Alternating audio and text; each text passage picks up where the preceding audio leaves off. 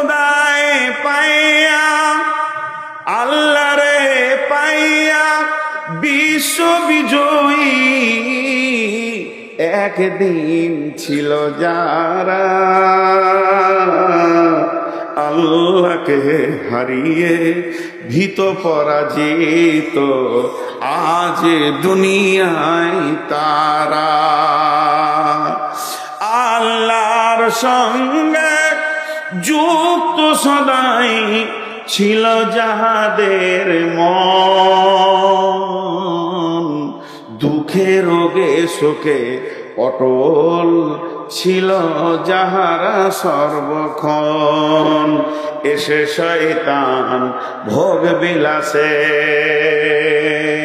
ভাষাটা শোনেন কবি নজরুলের এসে শয়তান ভোগ বিলাসের কারিয়া নিয়াছে ঈমান তাদের আল্লাহকে হারায় মুসলিম আজ হয়েছে সর্বহারা আজকে আমরা শেষ হয়ে গেছি তাদের সঙ্গে কে ছিল না আল্লাহ আমাদের সঙ্গে আল্লাহ নাই আমাদের সঙ্গে আল্লাহ নাই আমাদের সঙ্গে আল্লাহ নাই শেষ হয়ে গেছে আল্লাহর সাথে সম্পর্ক অনেক আগে কেটেছে আল্লাহকে সাক্ষী রেখে একটা কথা বলছি আজকে পবিত্র মজলিসে বসে আছেন একটু বেঈমানি কথা বলবেন না আপনারাও আমিও বলবো না আজকে আমার আল্লাহ আমাকে তৌফিক দিয়েছেন এশার নামাজ 2 রাকাত রাস্তায় সফরের পড়েছি আমি এশার নামাজ 2 রাকাত পড়েছি তাই হাত তুললাম আপনারা এশার নামাজ পড়ে কে কে বসেছেন হাত তুলেন আর বাকি কটা মার কি সাদে পড়ছে গো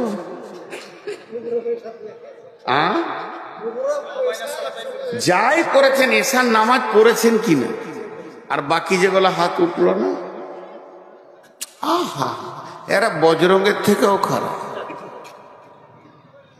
এরা বিজিবির থেকেও খারাপ ভাই আমার ভাবিয়েন না লোককে দোষ দিতে সময় লাগে কিন্তু আমি কে নিজেকে খুঁজে পাইনি চলেন সেই রোম সম্রাট চলে আসলো জেরুজালেম বেশি সৈন্য যায়নি শুধুমাত্র হযরত ওমর একা গেছিলেন জেরুজালেম বেঈমানদের হাতে ছিল পাদ্রীদের হাতে ছিল খ্রিস্টানের হাতে ছিল জেরুজালেম শাসন হতো খ্রিস্টানদের মতবাদে কিন্তু হযরত ওমর যখন তৌহিদের দাওয়াত নিয়ে পৌঁছিয়ে দিলেন তৌহিদের দাওয়াত নিয়ে তোমরা জেরুজালেম পৌঁছে যাও তখন তারা জেরুজালেমের যারা সৈন্য ছিল মুসলিম সৈন্যদেরকে তারা কেল্লায় আবদ্ধ করে দিল এবং বলল যে তোমার যতদিন না আসবে তোমাদের ছাড়া হবে না পত্র দ্বারা হযরত ওমরকে চিঠি লেখা হলো ওমর তুমি একবার জেরুজালেমের মাটিতে পা দাও তুমি জেরুজালেমে আসলে তোমার সঙ্গে বসে আমি একটা আলোচনা করে নিব কারণ তুমি হচ্ছ বিশাল সাম্রাজ্য 2200 বর্গ কিলোমিটার মানে অধিপতি কিংবা 18 লক্ষ বর্গ কিলোমিটারের অধিপতি জেরুজালেম আমি তো একটা ছোট দেশ নিয়ে বাস করছি হযরত ওমর যখনই চিঠিটা পেয়ে গেলেন সঙ্গে সঙ্গে তিনি আসলামাকে ডাকলেন আসলামা ছিলেন তার রাজ ভান্ডার থেকে দেওয়া একটা খাদিম তিনি হচ্ছেন মুসলিম জাহানের খলিফা তিনি হচ্ছেন দ্বিতীয় খলিফা বিশ্ব নবী পৃথিবী থেকে চলে গেছেন হযরত আবু বকর চলে গেছেন এরপরে ওমরের জামানা চলে এসেছে হযরত ওমর সেখানে রয়েছেন এবং সময় আসলামা একটা উটকে রেডি করে নিয়ে এসে বললেন হুজুর চলেন এখন যেতে হবে জেরুজালেম হযরত আসলামা যখন উটটা আনলেন উটের উপরে চেপে নিলেন কে হযরত ওমর হেরি পশ্চাতে চাহি তুমি চলিয়াছ রৌদ্রদগ্ধ দুর্মরু পথ বহি জেরুজালেমের কেল্লা যেথায় আছে অবরোধ করি বীর মুসলিম সিনা দল তব বহুদিন মাস ধরি দুর্গের দ্বার খুলিবে তারা বলেছে শত্রু শেষে উমার যদি গো সন্ধি পত্রে স্বাক্ষর দেয় এসে হায় রে আদেক ধারার মালিক আমিরুল মুমিনিন শুনেছে খবর, একাএকি উঠে চলেছে বিরামহীন। সাহারা পাড়াইয়ে ঝুলিতে দুখানা শুকনো খুব রুটি, একটি মশকে এতটুকু পানি, খোরমা 2-3 মুঠি। প্রহরীবিহীন সম্রাট চলে একা উঠে চড়ে, চলেছে মাত্র একটি গোলাম উটের রশি ধরে। মরুর ঊর্ধ্ব আকাশে সূর্য আগুন বৃষ্টি করে, সেই সে আগুন তাতে কই সম ফুটে বালুকার মরু পরে। কিছু দূর যেতে উঠ হতে নামি কহিল গোলামের ভাই, পেরেশান বড় হইয়াছ চলিয়া, এইবার আমি যাই। উটের রশি ধরিয়া অগ্রে উঠে বস উঠে, তপ্ত বালুতে চলে যে চরণে রক্ত উঠেছে ফুটে। গোলাম 2 হাত ধরে চুমি কাঁদিয়া কহিল উমার, এখন এই আদেশ করেন কেমনে আপনি?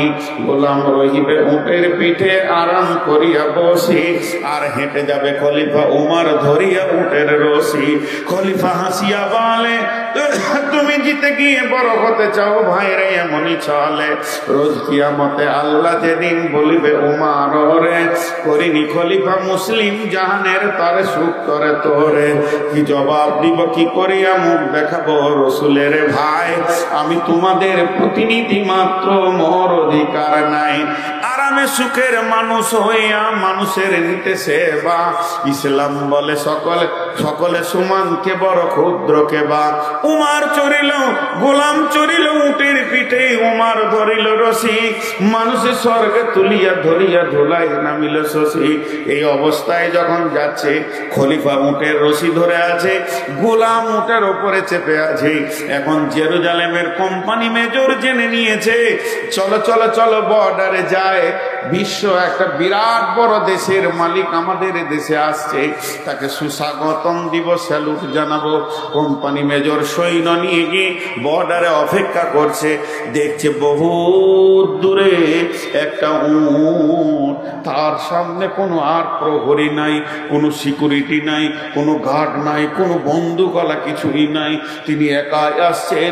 18 লক্ষ 22 লক্ষ বর্গ মাইলের যিনি শাসনকর্তা, শুধুমাত্র একটা উট, আর উটের লাগাম ধরে একজন হাঁটছে। আস্তে আস্তে যখন কাছে পৌঁছালো, জর্ডান নদী পার হবে, বর্ডার পার হবে, কোম্পানি একটা জোরে স্যালুট মারলো। মেজর স্যালুট মারার পর বলছেন, আদব নেবেন জাহাপনা, আমাদের দেশে আসার জন্য আমরা অনেক আনন্দিত হয়েছি, আপনাকে সুস্বাগতম দিচ্ছি আমাদের দেশে। এমন সময় অঝোর নয়নে কাঁদতে শুরু করেছে আসলামা। উটের পিঠে কাঁদছে আর বলছে, আমাকে কেউ স্যালুট দিয়েন না, আমি তো উমার নয়, আপনাদের চিনতে ভুল হয়ে গেছে। আমি হলাম উমারের খাদিম, উমারের গোলাম। যিনি উমার তিনি উটের লাগাম ধরে হাঁটছি, ওনার হুকুম, তাই আমি উটের ওপরে বসে আছি। ওনার হুকুম না হলে আমি নেমে যেতাম। অতএব যিনি লাগাম ধরে হাঁটছেন, ইনি হলেন 18 লক্ষ বর্গ মাইলের বাদশা। কোম্পানি মেজর অবাক, হায় আল্লাহ, আমরা এতদিন রাজা দেখেছি, বাদশা দেখেছি, মন্ত্রী দেখেছি, পূর্ণাঙ্গ মানুষ এখনো দেখিনি। হযরত ওমরকে বলছে, তুমি কত দামি মানুষ, এত দামি মানুষ কোনোদিন দেখিনি। তারপরে গেল গির্জা ঘরে, বিশাল গির্জা, খ্রিস্টানদের গির্জা ঘরে তাকে স্বাগতম জানানো হলো। ওমর গির্জা ঘরে উঠলেন, পোপের সঙ্গে কথা বলছেন। গির্জার যে মেন পোপ, সেই হচ্ছে দেশের শাসক।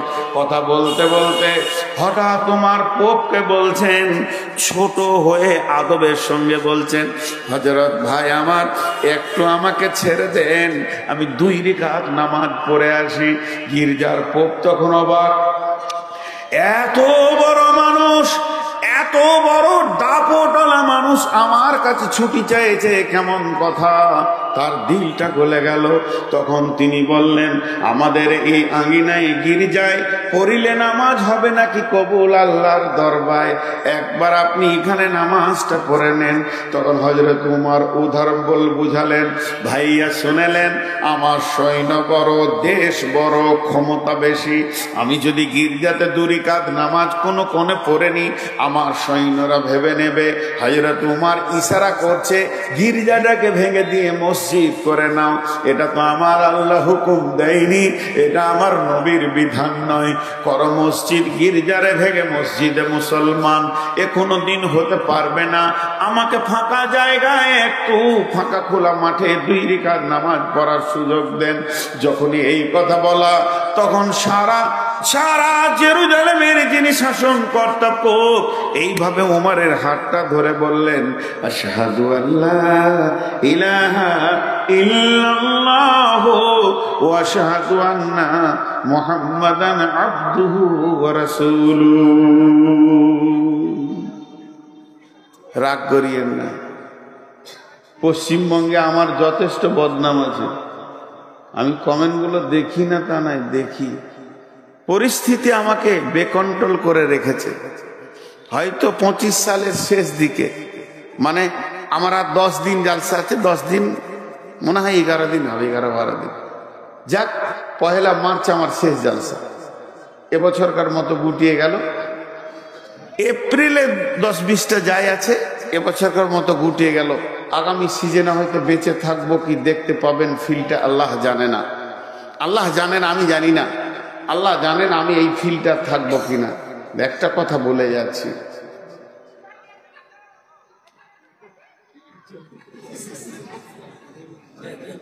পানি খাই। হ্যাঁ, আমি তা বলছি না। মেয়েগুলো এত চিল্লাইছে, আমাকে ভয় লাগে যে বোম এনেছে নাকি, ছুড়ে দিতে পারে। তো আমি আপনাদের সামনে একটা কথা বলে যাচ্ছি, খুব ঠান্ডা মাথায় আপনারা কথাটা শুনবেন। ভুল হলে আপনাদের পায়ের জুতোগুলো আমার মাথাতে ছুড়বেন, আমি ফুল বলে কুলিয়ে নেব। আমি আলিমদেরকে আগে বলছি, এই জাতির প্রথম শ্রেণী হচ্ছে আলিম। এখন মসজিদে ইমাম ভাতা চলছে কি চলছে না? জায়েজ না জায়েজ বলবো না, আমার ক্ষমতা নাই, ফতোয়া দিতে পারবো না, চলছে। তো একটা এলাকায় থানাতে মনে হয় একটা করে ইমামকে লিডার বা নেতা করা হয়েছে। কথা বলেন, হয়েছে কি হয়নি? এখন কোন ইমাম যদি মসজিদ চেঞ্জ করছে, তো নামটাও চেঞ্জ করতে হচ্ছে। এই সমস্যায় রয়েছে। তো তার কাছে যেতে হবে। তার সাথে আবার ব্লকের, তারপরে আপনার MLA সব একটা নেটওয়ার্ক করা আছে, সরকারিভাবে দেওয়া আছে। আচ্ছা, ও ঘোষ খেছে কি খেছে না? ওকে যদি পঞ্চায়েতে প্রদান করা হয় একটা মসজিদের ইমামকে, আর তার পেছনে যে মুসল্লি কটা নামাজ পড়ছে, তারা যে কোন সুখে পড়ছে আল্লাহ জানে। বলেন, মুসলমানদের প্রথম শ্রেণীটার অবস্থা বললাম। ঘোষ খেছে মসজিদের ইমাম। আজকে গোটা ভারতটায় যত হিন্দু, জৈন, খ্রিস্টান, বৌদ্ধ, শিখ আছে, সবাইকে গদি থেকে নামিয়ে দিয়ে মৌলবি কটাকে যদি খালি MLA, MP আর মন্ত্রী করে দেওয়া হয়, এরা যত ঘোষ খাবে এরাও তো খায়নি। তাহলে কোন সুখে আমাদেরকে থাকতে দিবে? আমরা আমাদের লিগগুলোকে খুঁজে পেছি না। রাগ করলে নাকি? পানি খাই। আমি পানি খাচ্ছি না, জিভ ভিজাচ্ছি। আপনাদের আমার কথাটা বিরক্ত লাগলো, খারাপ লাগলো? এবার চলেন, সমস্ত জাতির নেতাদের কথা বাদ দেন। ওদের দলিল নাই, আল্লাহ নাই, রসুল নাই, কোরআন নাই, হাদিস নাই। দলিল নাই, আল্লাহ নাই, রসুল নাই, কোরআন নাই, হাদিস নাই। যা পারবে খাগা, সুদ, বাটপাড়ি, জুয়ো, চাঁদা, মদ, বিড়ি, গাঁজা, যা খাবে খাগা। কিন্তু মুসলিম যে কটা নেতা ভারতবর্ষে আছে, এরা কি সরকারকে দেখাতে পেরেছে যে আমরা মুসলিম 1 টাকা ডান দিকে বাঁ দিকে করবো না, সব সরকারি কাজ করব। আমরা হারাম খাই না, আমরা হালাল খোর, আমাদের কাছে মদ কিছু থাকবে না, জুয়ো তাস থাকবে না। না, এরা মাতাল কটাকে নিয়ে ঘুরে বেড়ায়। আচ্ছা, তাহলে এদেরকে আর রাখা ঠিক আছে? হাজি ভাই, সহজ করে একটা উদাহরণ দিই। আমার দেহ এখানে একটা ঘা হয়েছে, কটকট কটকট কটকট কটকট, যে ডাক্তার বলছে ওষুধ খা, 2 দিন ওষুধ দিলে কিন্তু কটকট কটকট, ওষুধ থামাইতে পারলে না, আবার 2টো ইঞ্জেকশন দিলে, ডাক্তার টিপে দেখলে না ইঞ্জেকশন দিয়ে কটকট কটকট, ওষুধে হলো না, ইঞ্জেকশনে হলো না, ভিটামিনে হলো না। যখন কিছুতেই হবে না ডাক্তার তখন ওটাকে কেটে সরিয়ে ফেলে দিই, ওটা তোর দেহ লয়। তোর দেহ হলে শান্তিতে থাকতো। আজকে মুসলিমদের চরিত্র বলেন, গোটা দেশটাকে কটকট কটকট শেষ করে দেবে। এদেরকে অপারেশন করা মানে দেশকে শান্তি করা। আমি আপনাদের বিরুদ্ধে বলছি না, আসছে আমার দ্বিতীয় স্টেপ আসছে, এটা প্রথমটা যাচ্ছে, একটু ধৈর্য ধরে। এরপর আল্লাহ বলছেন বিসমিল্লাহির রহমানির রহিম, কুল ইন কানা আবাউকুম ওয়া আবনাউকুম ওয়া ইখওয়ানুকুম ওয়া আজওয়াজুকুম ওয়া আশীরাতুকুম ওয়া আমওয়ালুন ইকতারাফতুমুহা ওয়া তিজারাতুন তাখসাউনা কাসাদাহা ওয়া মাসাকিনু তারদাউনাহা আহাব্বা ইলাইকুম মিনাল্লাহি ওয়া রাসূলিহি ওয়া জিহাদিন ফি সাবিলিহি ফাতারাব্বাসু হাত্তা ইয়াতিয়াল্লাহু বিআমরিহি ওয়াল্লাহু লা ইয়াহদিল কওমাল ফাসিকিন। আল্লাহ এরকম ফাসিকদেরকে কোনদিন হেদায়েত দেন না। দেবার আল্লাহ শেফার ওষুধ দিচ্ছেন, ওরে আমার গোলাম রে, আয় তোরা যদি বাঁচতে চাস তোদেরকে আমি ঠিকানা দিচ্ছি। বিসমিল্লাহির রহমানির রহিম, ফালিয়াবুদু রাব্বা হাযাল বাইত। ওই ঘরটা যে রয়েছে, এই যে সিমেন্ট দেয়া ঘাড়া দুটো পিলার, এই যে দরজা, ওই ঘরের মালিকের নাম বলেন।